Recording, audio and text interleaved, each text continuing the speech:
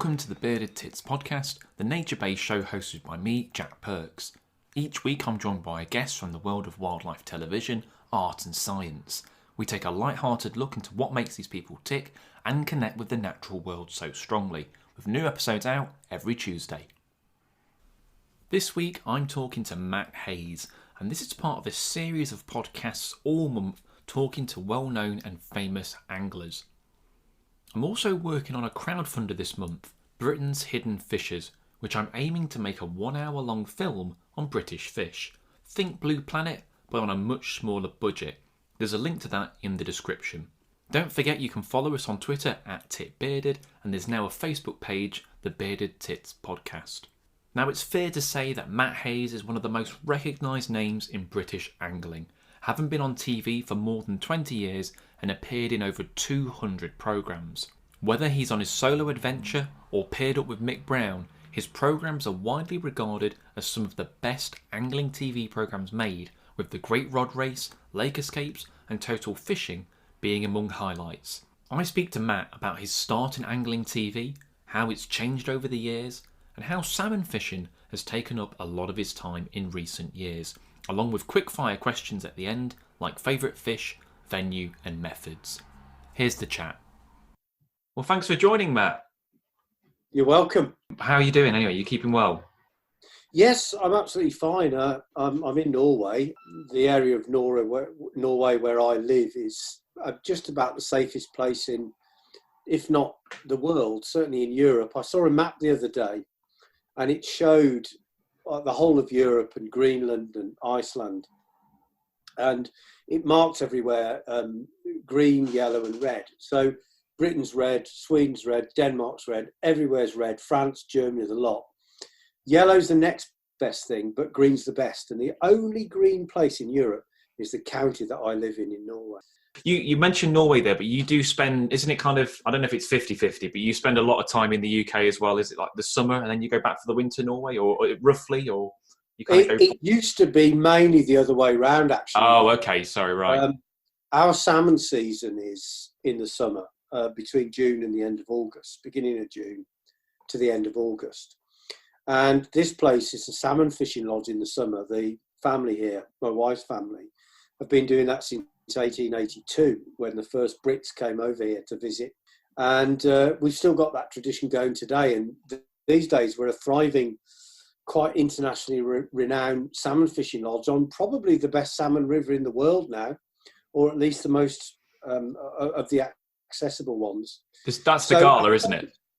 On the Gala, yeah. Yes, yeah, So yeah. our summers are very busy. You know, we look after clients a lot from the UK who come here to stay and fish with us. We control about 4 kilometres both banks of probably the best bit of a fantastic river. So the summers have always been busy. But up until very recently, I've returned to the UK a lot for work projects, filming projects, meetings, conferences, shows like the London Fly Fair and all that sort of thing. But very recently, literally in the last 2 weeks, I've just sold my house in England. I'm now basically a Norwegian resident.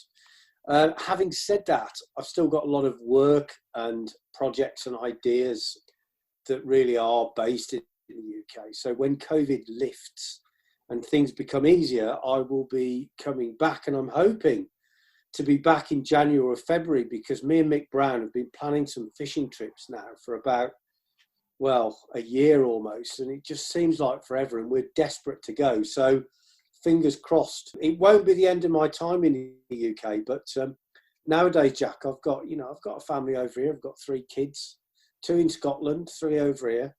So I've been a prolific breeder. You're rivaling some of the fish, aren't you, for amount of offspring? Well, I think we should start really with the start of your career. So what was your start in angling TV? Because it's an interesting way to take the sport, isn't it? So where did you kind of begin with that? It's a good question, quite topical actually, because the other day I took delivery from the UK of a whole pile of old transparency slides from the era, really from the beginning of Total Fishing, which was the first major show I did. It wasn't actually the first one, but it was the one that really put me on the road to success, if you like. So I've got lots of pictures from then up to the digital age when I switched to a digital camera. It was in 2003. And I'm thinking about writing a book. In fact, I am going to write a book, and the working title is Going with the Stream. And really, in many ways, that's been the story of my life. I mean, if I dial it right back, I've been fishing for as long as I can remember. Both of my grandfathers were fishermen. My uncle Colin, sadly no longer with us, was a keen fisherman, and my dad. And so at weekends, they used to take me to fishing matches. And, the club match fishing scene in those days was really thriving. It was our way of escaping the industrial urban Midlands and fishing mainly on the River Severn, some of the canals, and also we used to go to places like Edgbaston Reservoir. But that was very much our escapism. I was brought up around Birmingham and the Black Country, and it was a really important escapism, actually. So I've always fished. I've always been fascinated by water, drawn to it, really. I can't really remember a time when I wasn't fishing, but it was a hobby until the age of about 28, 29 years old, and I had a very successful career, commercial career, but there was something in me that just wanted to do my own thing. And so I left a very safe job with a good pension and, a very large number of staff, lots of responsibility. I loved the job.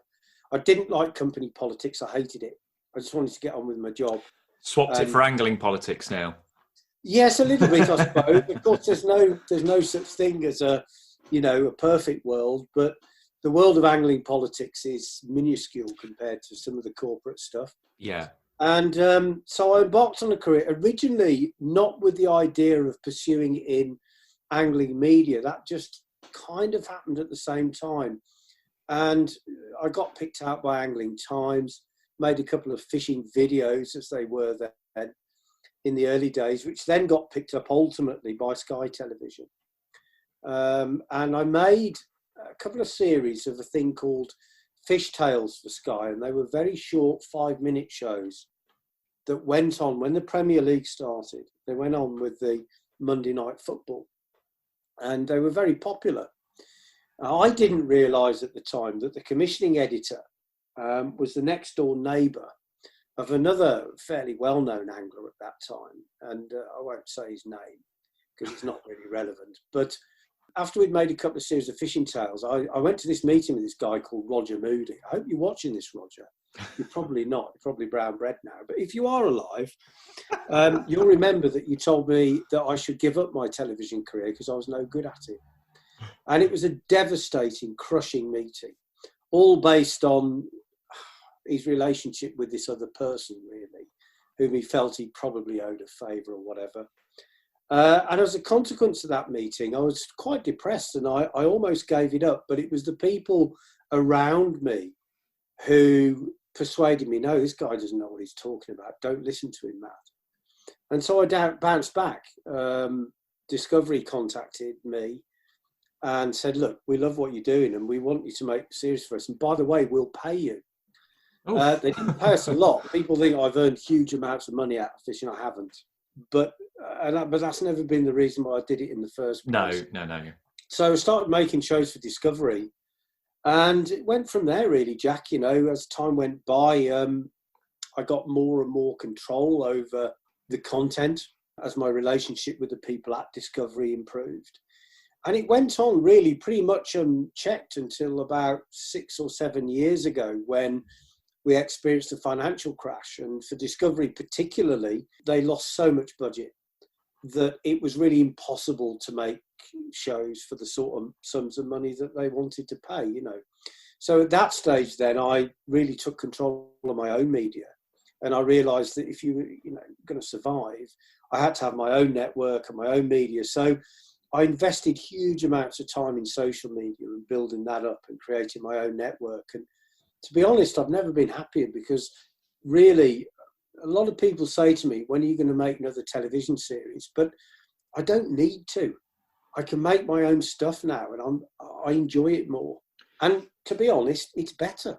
One of the things, and I'm not blowing smoke up your arse, but one of the things I would say that's rare in angling presenters is to get someone who can, you get a lot of these people who are very good anglers, but they're not very good communicators, they're not very good presenters. And I'd say you've got that good blend, that you're a good communicator and you're a good presenter as well as being a good angler.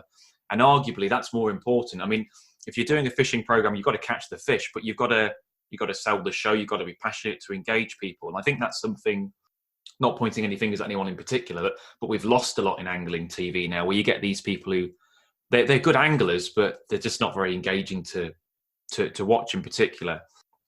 Well, it's nice of you to say that about me. And of course, you know, there must be something there. Otherwise, I wouldn't have survived doing it as long as I have.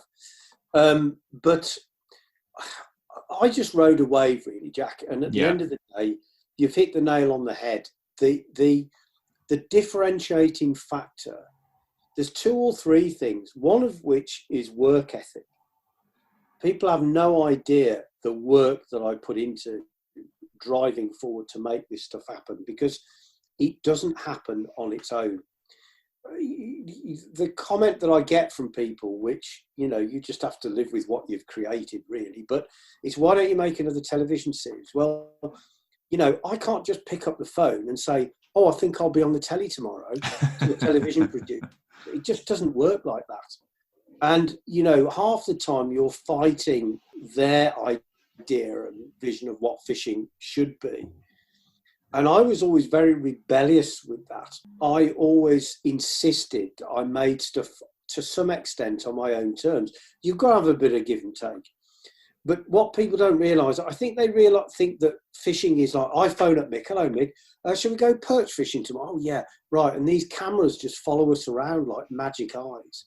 That's not how it happens. You can't, you know, technology has not gravitated to the level where you can make television like that. It has to be crafted, and there has to be an idea, and you have to pitch it, you have to sell it to people and persuade people and cajole people. And then you have to get people around you who are prepared to record that vision and make it reality. And I always believed that my vision of angling was better than that of some London-based producer who sat behind a desk all the time. And the reality is it was. But convincing them that is not that easy. So there is that element, but there's also the desire and the drive. Because when you go out fishing with cameras, you have to make compromises. You're often not fishing at the best time of day. Low light's a bit of a no-no for a start off. And the best fishing is usually in low light, especially with big fish. So you have to work your way around office hours and union rules and all sorts of things that people have no idea. And ultimately, one of the most refreshing things about creating my own and editing my own material was gaining that level of editorial control and the freedom that comes with it. So I've never been happier making the stuff than I am now. I think the stuff I make now is a lot better than what was there in the early days. You know, not being disparaging about that, but I am able to create fishing in my own image. And so I've had to evolve, but you are right. Catching fish is almost the thing that gets you to the starting gate.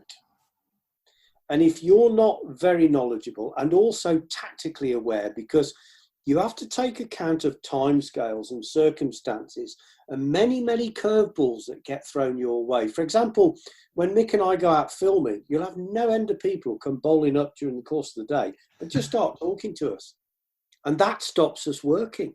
You have to, you know, there's a line between being pleasant and amiable and conversing with people, but all the time you're thinking, I'm sitting here talking to this bloke and the hours are burning past. We should be filming something about rigs or bait or whatever.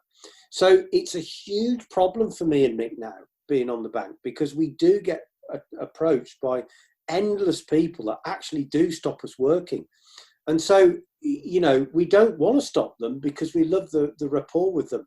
But actually managing the shoot is a huge problem that most people would never think of. It isn't just this idea that you go out fishing. Nonetheless, these tactical curveballs get thrown up to you. How can I bring this magic to life? How can I make people feel what I feel inside about this? And then if you can overlay that with a certain amount of spontaneity and ability to react to what's going on and pick up the vibe, and introduce some humour into it, then you can create the magic. But it's not easy. And for that reason, it's hard to break into. It's very hard to get the combination, as you say, of the fishing background and knowledge with the ability to either educate or entertain or inspire. Yeah, no, I agree, definitely. And I remember when I worked on Crabtree, one of the problems we had with Discovery or Shed or whichever one it was they were saying that in terms of viewing figures, they got the same for a new fishing program as they did for a repeat.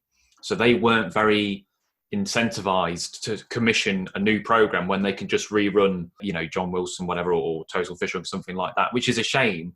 But from a business point of view, it makes perfect sense. But in terms of if you're hungry for new content, then that was a bit of a problem. Yes, but I mean, you were in an era when they were sort of dropping down the slippery slope in terms of their own new content, fresh content.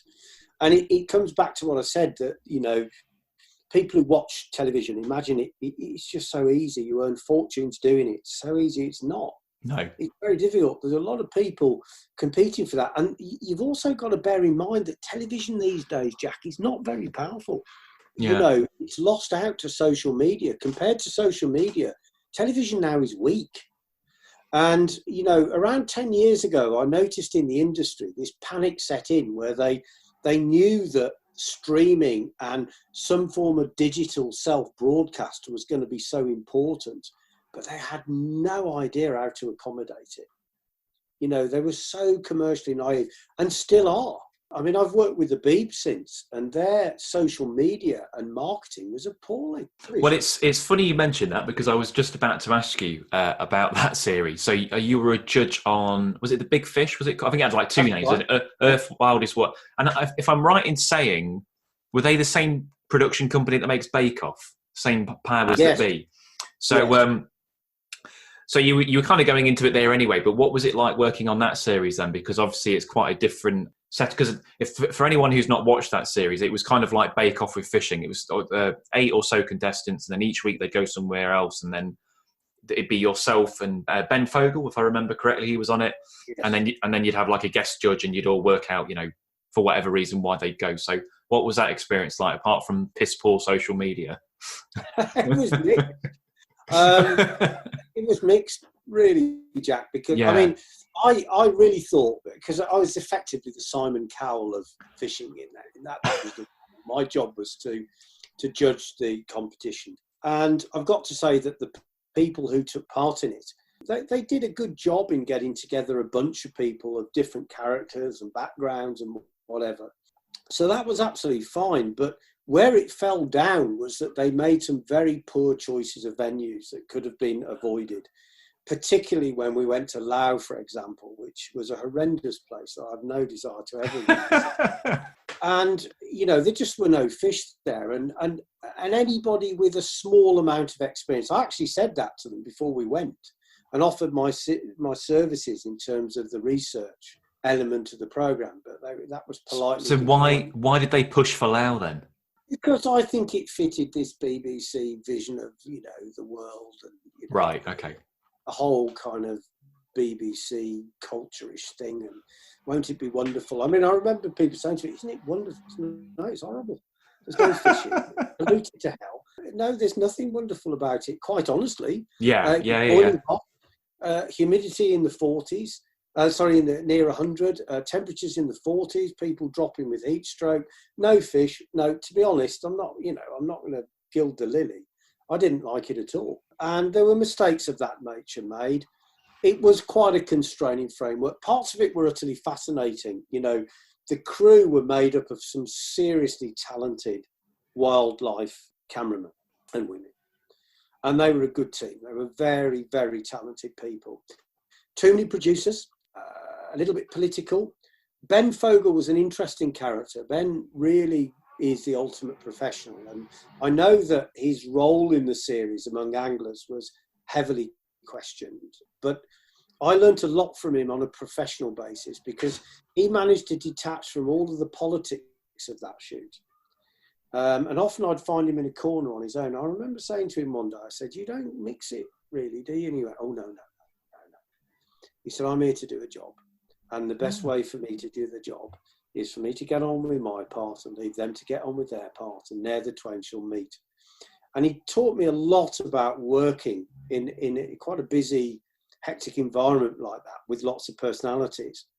The producer was a lady called Sam Beddoes, who is an amazingly focused and talented human being, actually. But Sam and I certainly clashed for the first couple of shoots because I felt she was trying to constrain me. But she had an idea of what performance she wanted from me, which was as of her right. But I felt at times she wasn't allowing me to be me. Right. And so that caused conflict. And I remember we had a bit of a showdown in Cuba where I said, look, Sam, I don't think I can carry on with this. And we had a real sort out, a proper set to. But I learned stuff from Sam, not only in the way that she worked, but also in the way she managed to shape that show. There were large elements of it I disagreed with, Jack. I just didn't agree with the vision, really. And I felt, if I'm brutally honest, that I could have made a much better series for about a tenth of the budget that would have attracted more people. Yeah. But that's just me. And it was fascinating to be involved in something of that magnitude. I was convinced it would be a game changer in terms of my career, and it wasn't at all.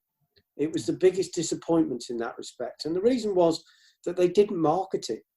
They completely failed to market the show. And the vast majority of people that have followed my stuff over the years don't even know that I made that series. And that in itself is a huge damning indictment of the way they went about things.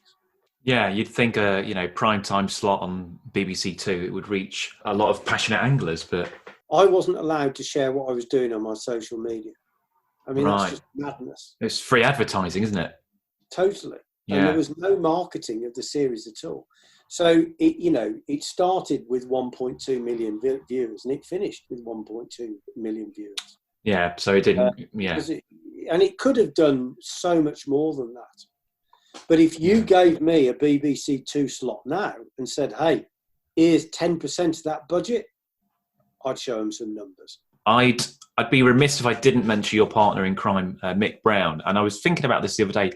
How did you guys first meet then and fish with Mick? Because obviously Mick's a little bit older, or maybe a lot older. I don't actually know the difference. But how did you guys first kind of come to meet? Well, I was at the beginning of my television fishing career with Total Fishing, mad on fishing. And in fact, I was writing a book, the first book I wrote, which was called Course Fishing by Matt Hayes. And I just got into the pike scene, really. I'd never been much of a pike fisherman, but the more pike fishing I began to do, the fonder I became of the species and fishing for them. It was obvious, really, that a lot of the big pike were being caught from trout reservoirs. And at that time, I was living in Newport Pagnell, and I fished with Mick on Ravensthorpe Reservoir, which is not a particularly big one, where you could hire a boat for a day. And I turned up. I was a bit in awe of Mick. He was a bit like, the head boy at school. I'd read his stuff in magazines, and I realised he was a bit of a legend even in those days within his own genre. And I just found him such an interesting person. So I was a bit of a groupie in a way when I turned up for this day's fishing. And I suggested, Mick's quite a shy person actually, but I suggested that we were both stuck for a boat partner. We were on our own. I said, well, why don't we fish together? And he said, yeah, that's a good idea.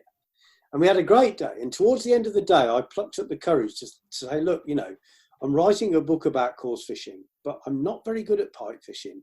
And I'd quite like someone to sort of write the chapter as a guest, with credit. Would you be interested in him? No, he said, I wouldn't be interested in that. And it was just a flat no. And it was so deflating, really. But that's Mick. He's very matter of fact about things. He didn't mean any insult by it, but I was quite crestfallen. And then when I was making Total Fishing, we introduced, I say we, it wasn't a raw we, but me and the people I was working with at that time wanted to introduce some sort of little postcardy humorous elements.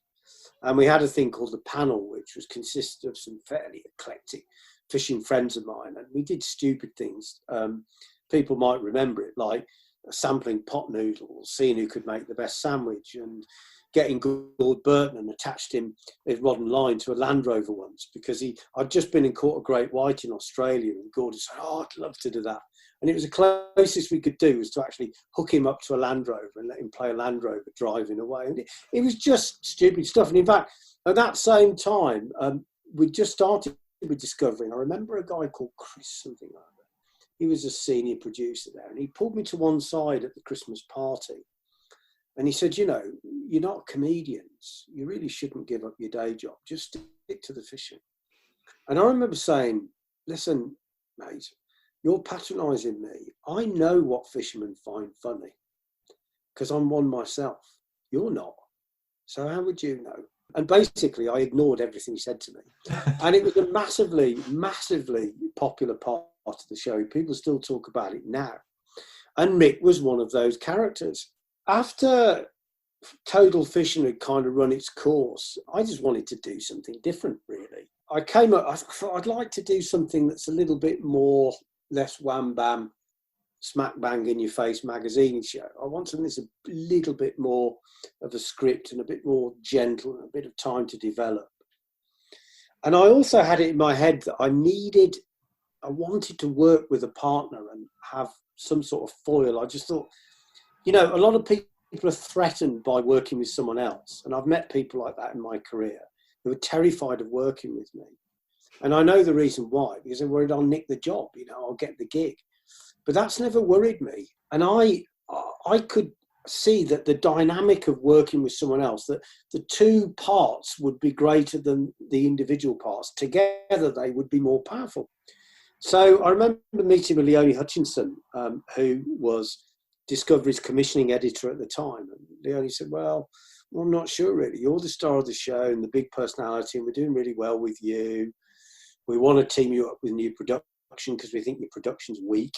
But I'm not sure really. Who have you got in mind? And I said, Mick Brown. She went, oh, no chance.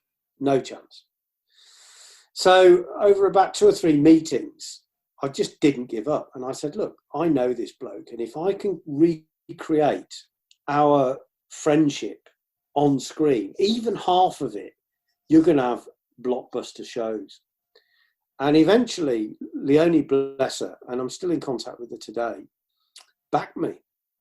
But she did say, this could be the end of your career. Then I'm going to have to explain it away, and I'm not sure I can. But anyway, I said, it won't go wrong. And we went off, we made a series called Wet Nets and Winding Roads. And then after that, they loved it. And they said, oh, it's doing brilliant. We always knew it would work. And so I thought, how can you create that competitive feeling? And also Road Trip was very big at the time, you know, and still is really. So I came up with the idea of the Great Rod Race, which was, you know, 40 odd species in however many days. And I must admit, it was inspired by the BBC Golden Maggot series. And, you know, the idea was it would be me and Mick against the world rather than me and Mick against each other. Yeah. And I'll be honest, I thought it was a crap idea. And I said to Keith, I said, look, I've got this crap idea, but I'll tell you anyway. And he went, that's great. That's exactly what we want. And I phoned Mick. I said, look, I've got to tell you, mate, I've come up with this really crap idea, but we might be saddled with it. He said, Matt, it's brilliant. And I couldn't see it. I mean, I had the idea. The whole show was my idea, and the rules were my idea. The concept was my idea, but I just didn't think it was very good.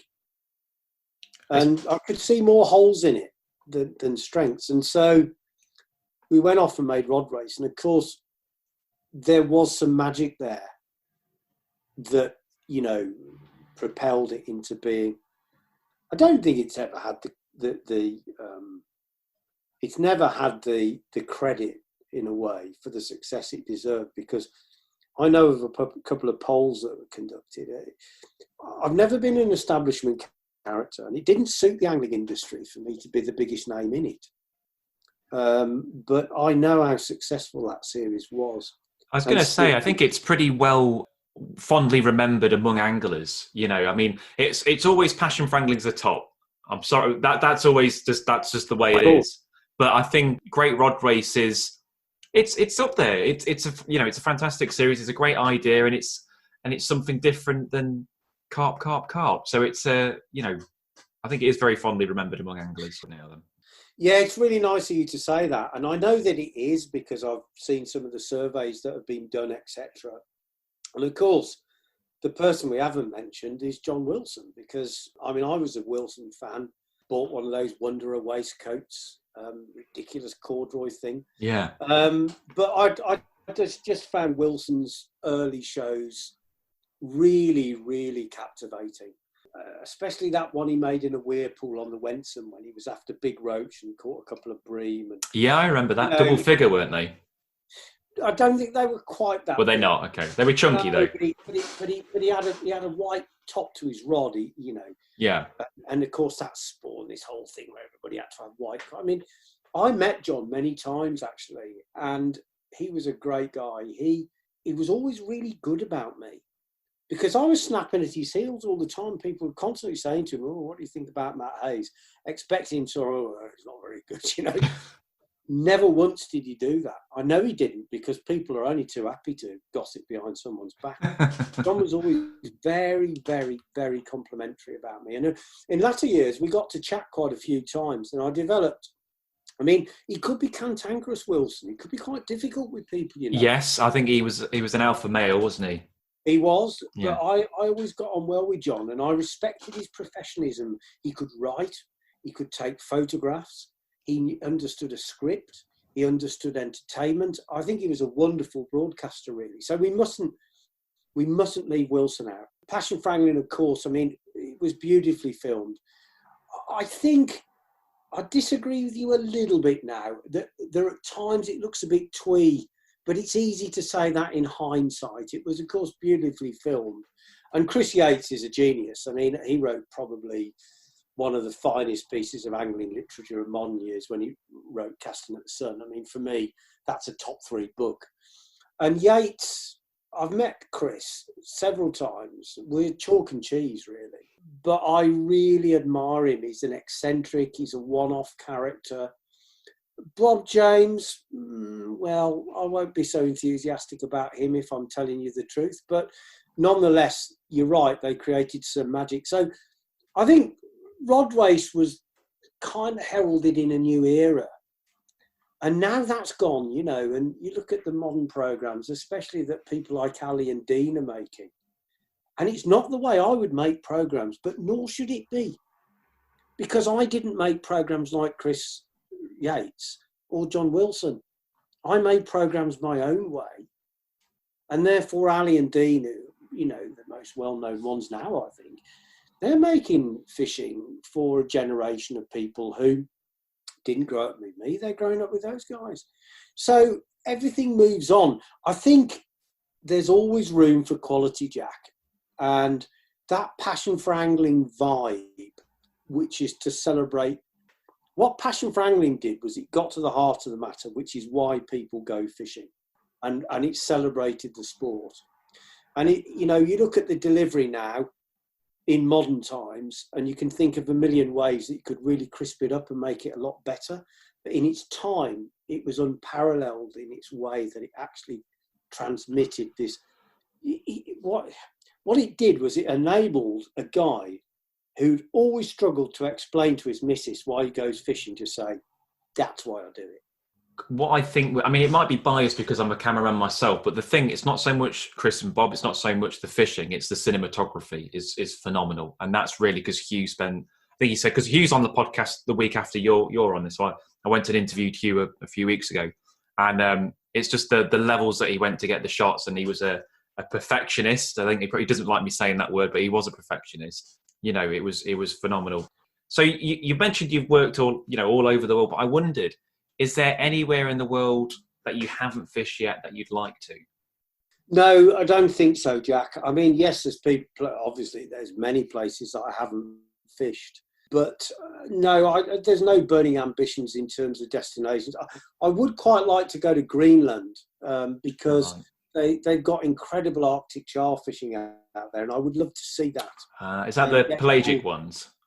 Yes, most of them are indeed. But I mean, I'd just love to see it and fish there. Fascinating place. But I think really that's probably the only one.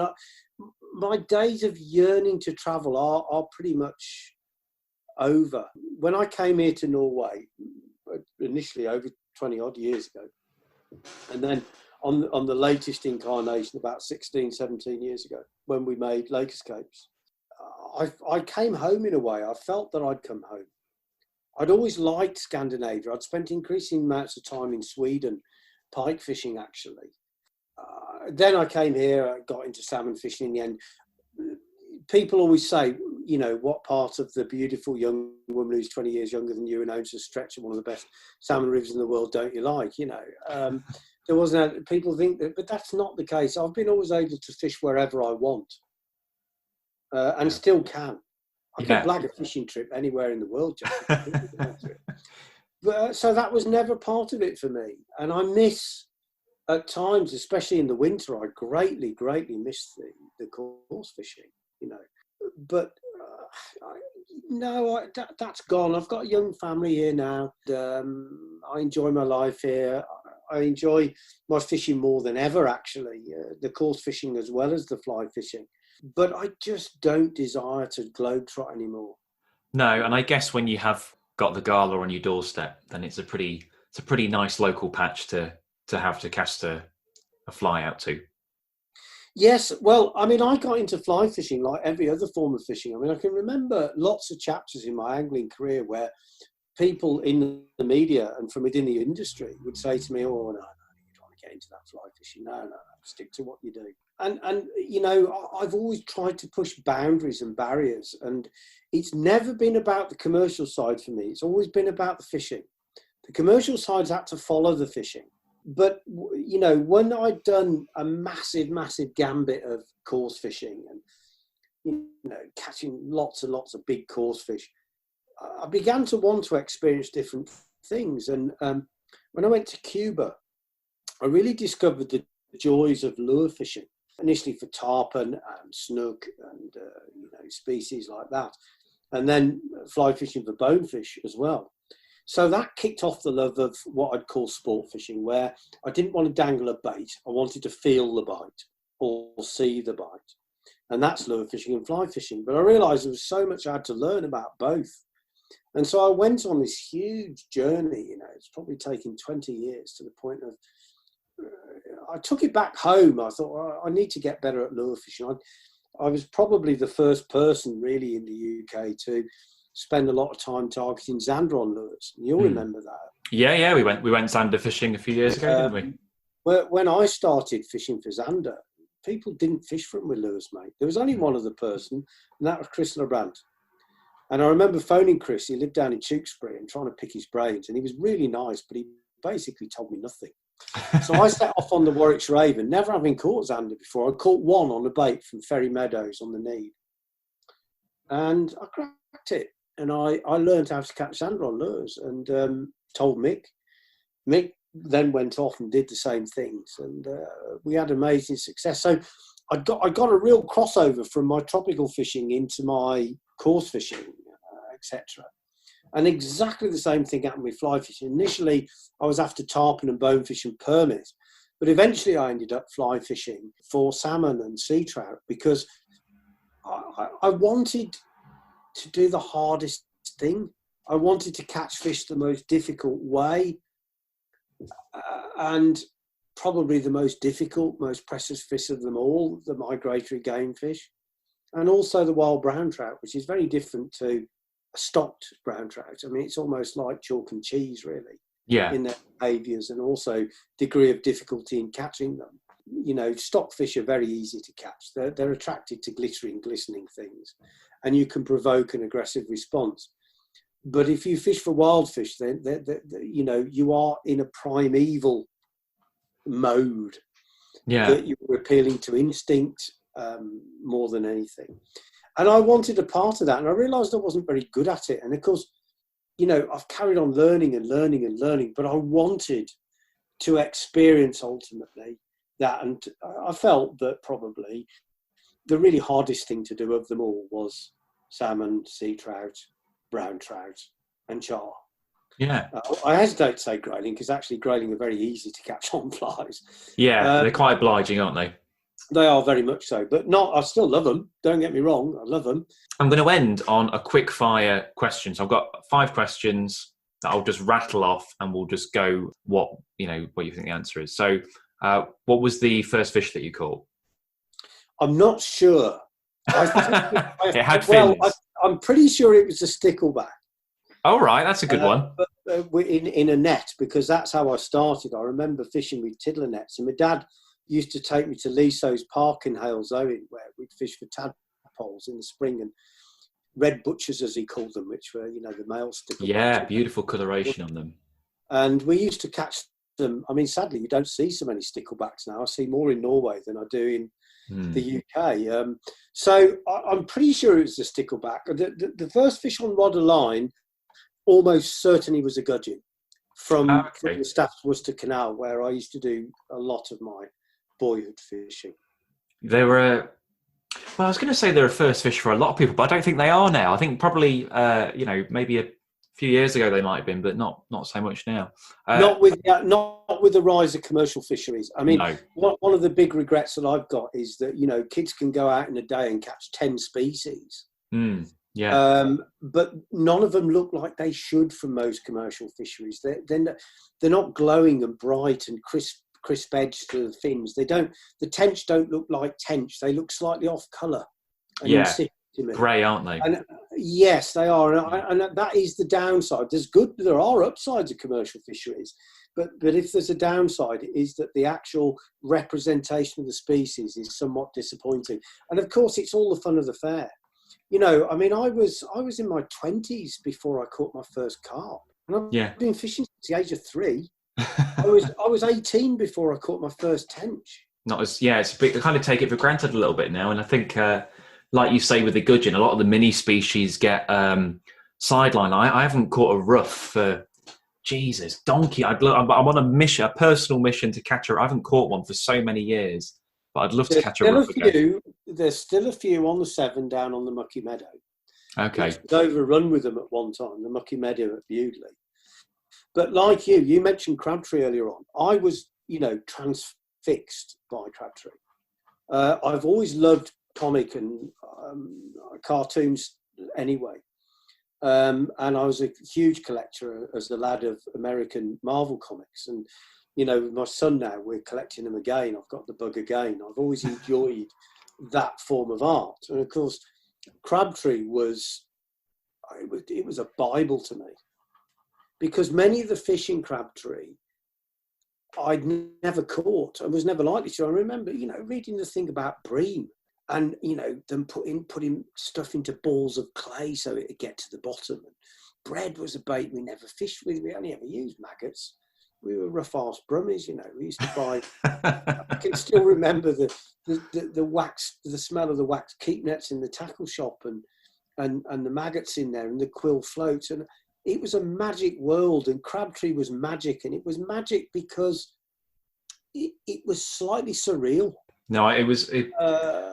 I've seen some of the cartoon strips from it, and yeah, they are great. They're kind of like a bygone era. It's not something that would work now, unfortunately. I don't think.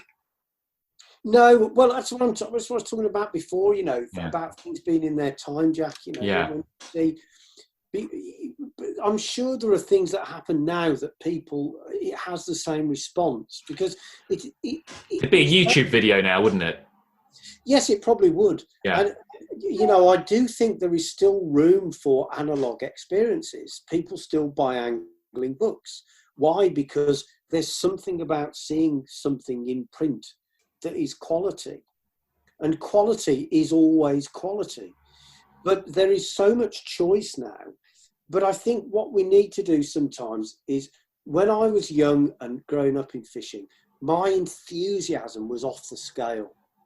And from what I see of the modern generation, it's still there. They're still interested, aren't they? Yes, it's inspired by different things. And as much as I might want to decry, the modern world and wallow in this sort of nostalgic, and I do sometimes, don't get me wrong, I'm as bad as anyone else.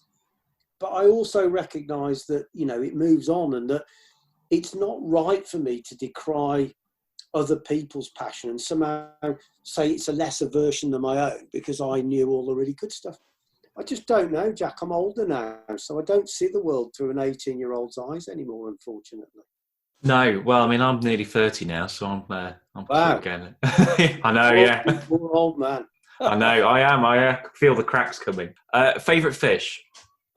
I can't name just one. I don't think I can name just one. Okay.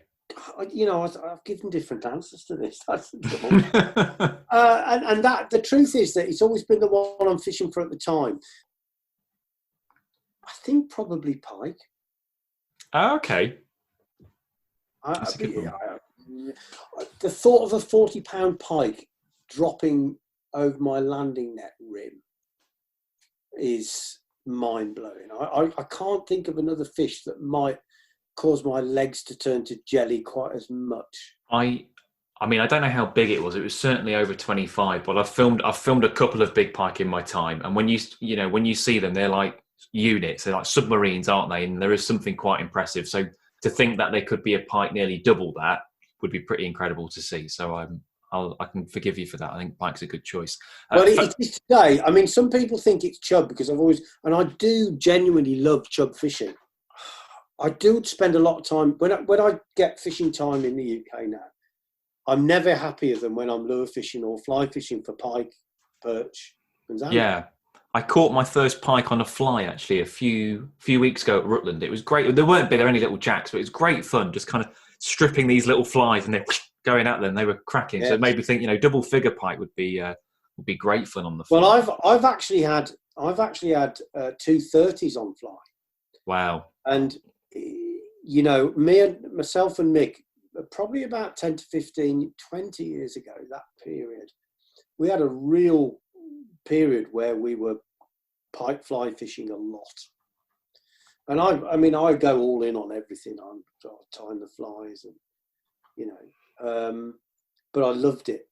And I've got a massive respect for pike. Yeah, and they're so delicate as well. They're these powerful predators, but if you don't look after them, they can struggle a little bit. Right. I suspect you might struggle to answer this one as well. Then I was going to say a favourite venue. Yeah, I've just completed a thing called Fisherman's Country, and I finished the edit literally pretty much the day that my cottage by the Severn was sold. And it's a celebration. It's basically 7 or 8 years of mine and Mick's fishing diaries from about 2012 to 2019 on the Severn and its tributaries.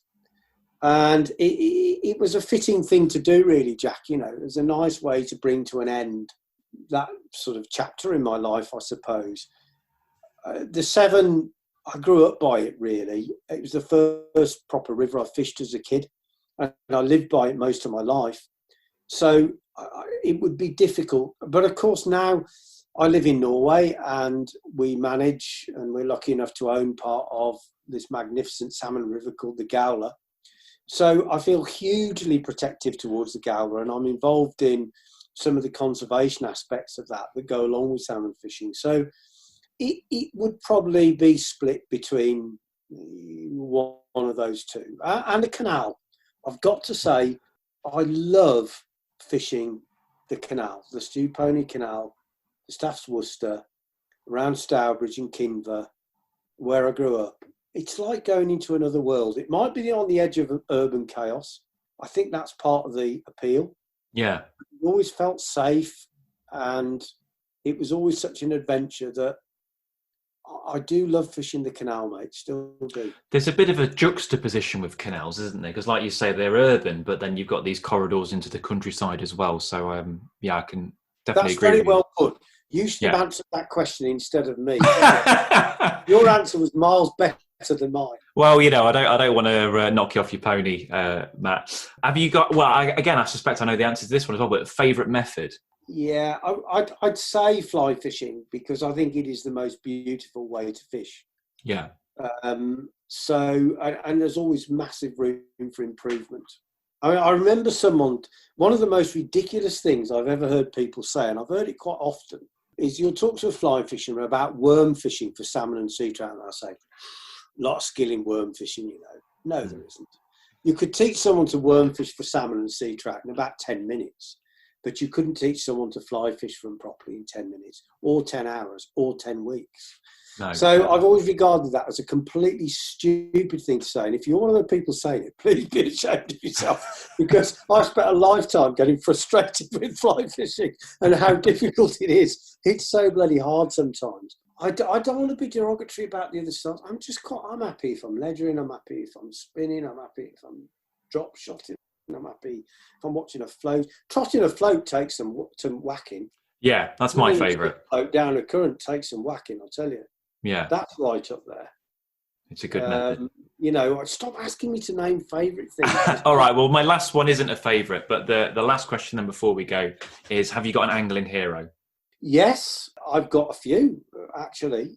My grandfather, Dave Massey, who was my mum's dad, was a fine all-round angler.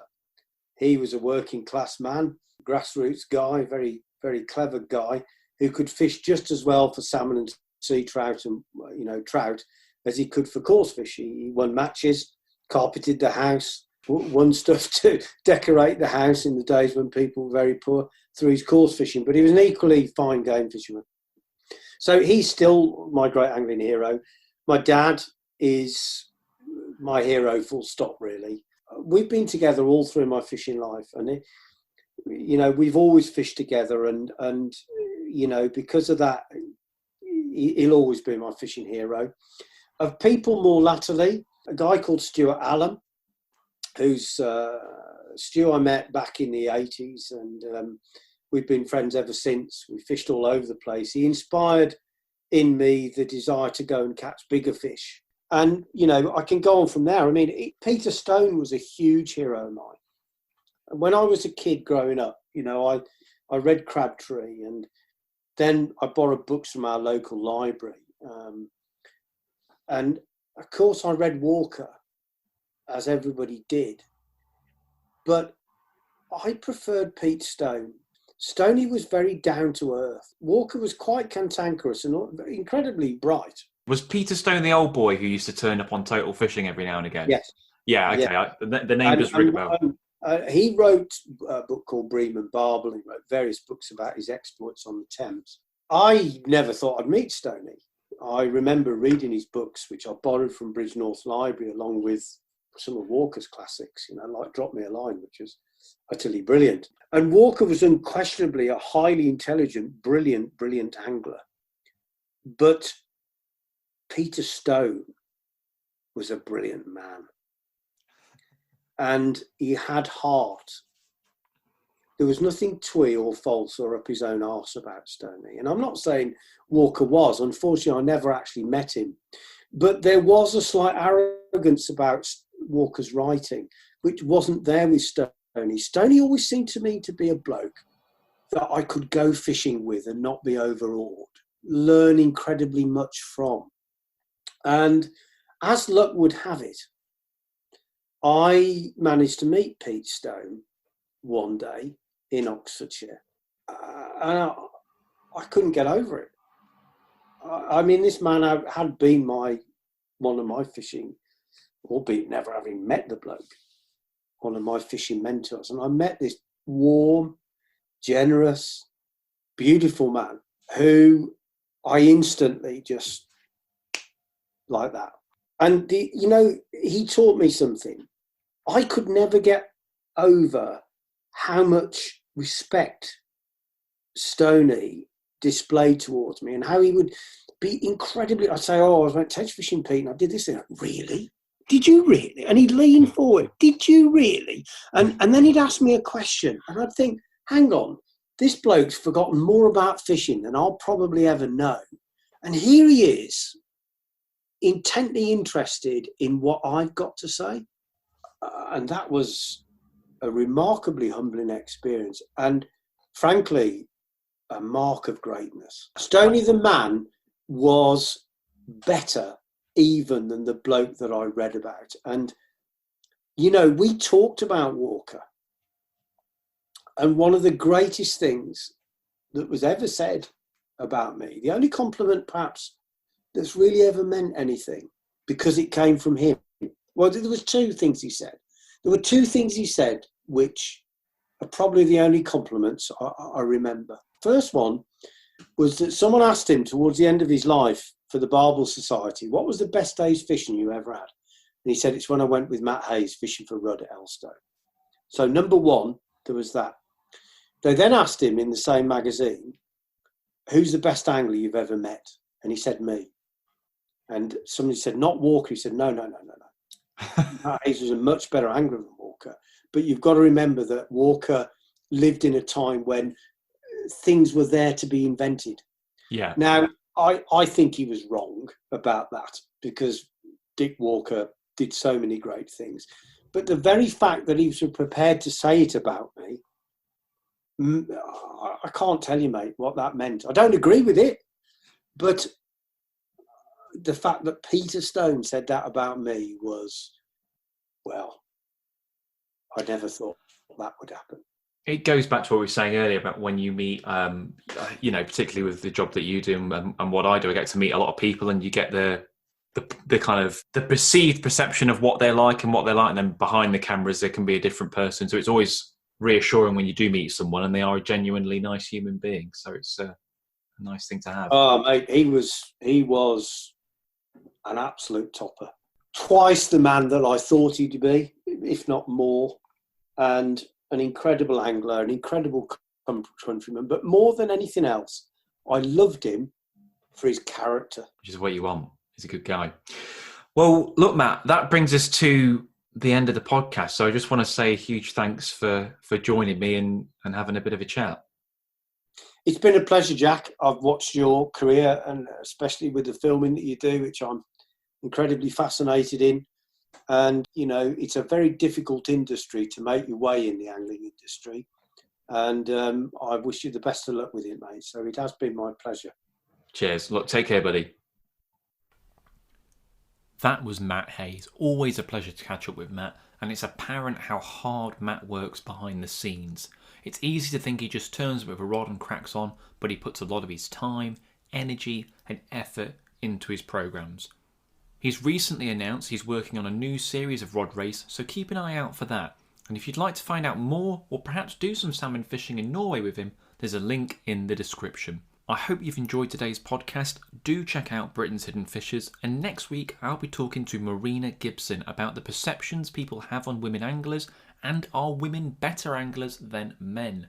This has been the Bearded Tits Podcast. I've been your host, Jack Perks, and I'll see you next time. Cheers.